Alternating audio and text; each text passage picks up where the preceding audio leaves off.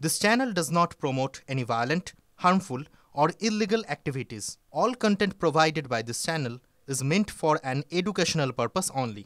এবার আপনাদের দেখাবো আলিপুরদুয়ারের খবর। সেখানে কংগ্রেসের গোষ্ঠী কোন্দল কিভাবে সামনে এসেছে দেখুন। সেই পরিস্থিতি, সেই ছবি দেখে রীতিমতো হাস্যকর সেই ছবি আপনাদের সামনে তুলে ধরছি। দলীয় কার্যালয়, সেখানে প্রাক্তন জেলা সভাপতি আর নতুন জেলা সভাপতি সমর্থকদের মধ্যে ধস্তাধস্তি, ধাক্কাধাক্কি বেঁধে যায়, যার জেরে পণ্ড হয়ে যায় কংগ্রেসের সাংগঠনিক সভা।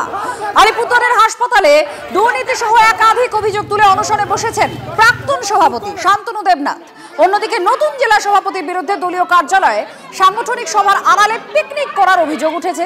ক্ষোভে পেটে পড়েন প্রাক্তন জেলা সভাপতির অনুগামীরা, আর তারপরেই হাতাহাতিতে জড়িয়ে পড়ে দুপক্ষ। শুধু তাই নয়, ঝাঁটা হাতে চলে আসেন।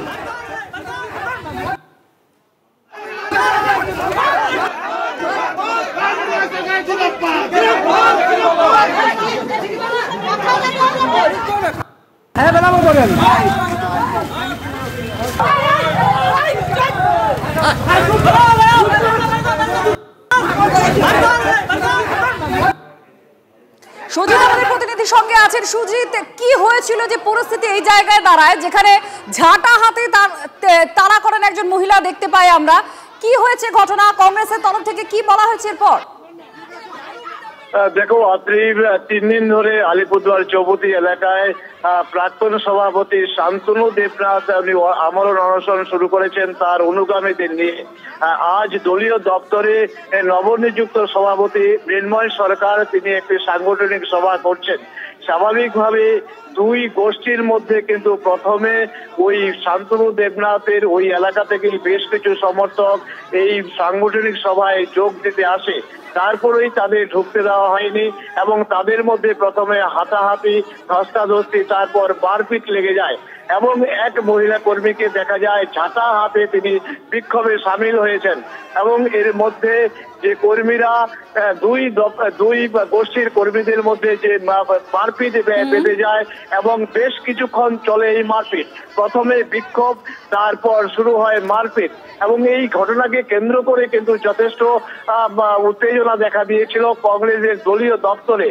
প্রথমেই বলে রাখি যে বেশ কয়েক বছর সভাপতি ছিলেন শান্তনু দেবনাথ এবং শান্তনু দেবনাথকে সরিয়ে ফালাকাটার মৃন্ময় সরকারকে সভাপতি করা হয়েছে। এই ঘটনার পর কংগ্রেস নেতৃত্ব কিছু বলেছে?